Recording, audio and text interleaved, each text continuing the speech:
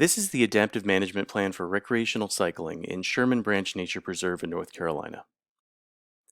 This plan has been developed for the purpose of striking a balance between maintaining and advancing mountain bike trails and riding opportunities, and maintaining and protecting the local environment and ecosystems from potential detrimental effects of cycling.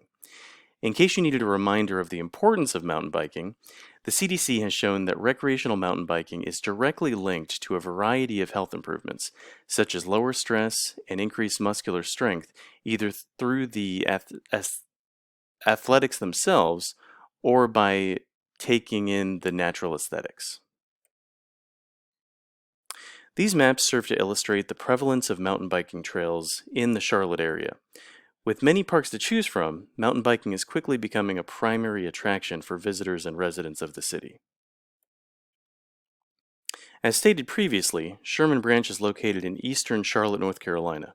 It is a 210-acre nature preserve, which, while it doesn't have ponds, playgrounds, baseball fields, or nature centers, or really any other type of traditional preserve attraction, what it does have is an 11.2-mile trail system that is ranked number 6 in North Carolina and number 33 in the world, according to singletracks.com.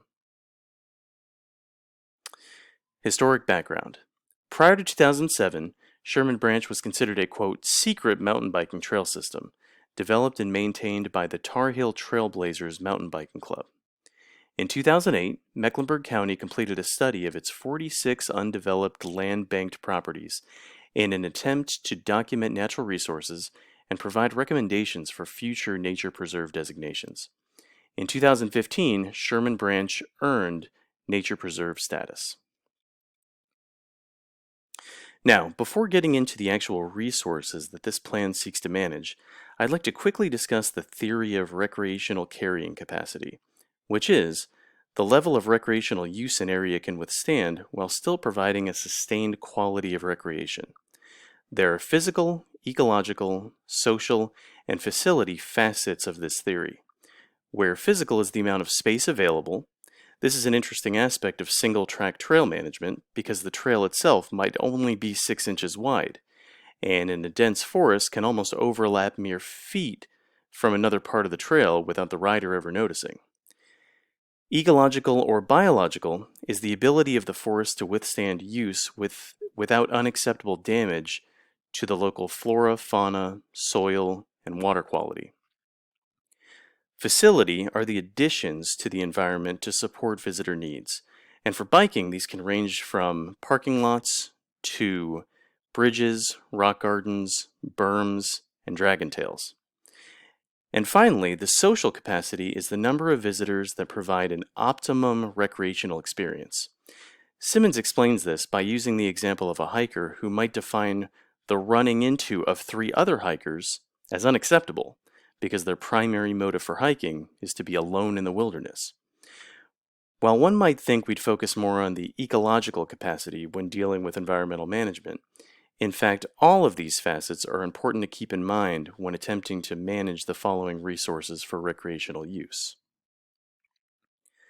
Soil. The primary culprit here is erosion caused by bicycle tires. Studies show that bikers typically attribute more soil destruction to motorized vehicles, and in turn underestimate the amount of damage a bicycle can do.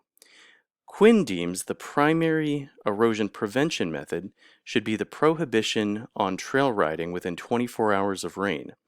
This allows the trail to stay dry and prevents inadvertent widening, which is when bikers veer off to the side of a trail over and over again to stay out of mud or standing water. And this can cause great damage to vegetation, which we'll touch on in a bit. Other erosion prevention methods are the building of water bars, which kind of look like speed bumps in the middle of the woods, but serve to channel water off the trail.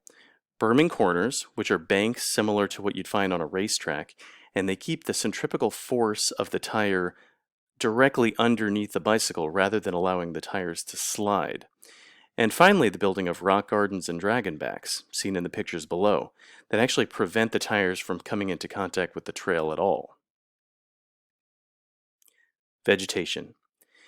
Impact on vegetation when discussing mountain biking is typically minimal due to what we discussed earlier, the 6 to 12-inch single tracks. In fact, studies have shown that the majority of impact takes place within the first 2 weeks of trail creation. This makes management fairly simple, but highlights the importance of avoiding trail widening and the need for riders to stay on the prescribed trail. One more seemingly counterproductive method of protecting vegetation are the use of prescribed controlled burns. It's understandable that the idea of burning the forest in order to save it can be seen as a bit of an oxymoron. However, it's important to look at the actual results of the burns on vegetation itself. It spurs on the growth of wildflowers, thins the woods, which results in overall beautification, but more importantly, it reduces the hazardous fuels that can prevent large and much more destructive forest fires. On recreational value, it essentially results in more mountain biking trips on average and an increased value on each of those trips. Wildlife. While there are several animal species in the area like deer and squirrels, one of note is the American woodcock, which makes its home in a small area of the preserve. While the protection of its nesting habitat is paramount, this also can be accomplished by riders staying on the trails and adhering to a general mountain biking code of conduct, which I'll discuss in a bit. Volunteerism and community outreach. While volunteerism is important in the maintenance of trails, the Tar Heel Trailblazer Mountain Bike Club has successfully managed this trail system since its inception in 2006. This leaves our primary method of ensuring that bikers only ride on dry, official trails, don't litter, and don't meddle with local wildlife is to promote the following of the fairly universal mountain biking code of conduct, seen below. While many non-biker trail users perceive mountain bikers as not having concern for the environment, Simmons shows that bikers and their clubs do stress substantial concern for the environment, accept the need for acceptable limits on their activities, and actually organize much of their lives around environmental issues. In light of this, it's reasonable to believe that reaching out to local clubs and posting this code of conduct and expectations at trailheads will succeed in reminding riders of their obligation to the environment. Here are my resources, and I really appreciate you all taking the time to listen and consider how adaptive management can strike a balance between minimizing environmental damage and allowing for thousands of riders to enjoy their favorite pastime.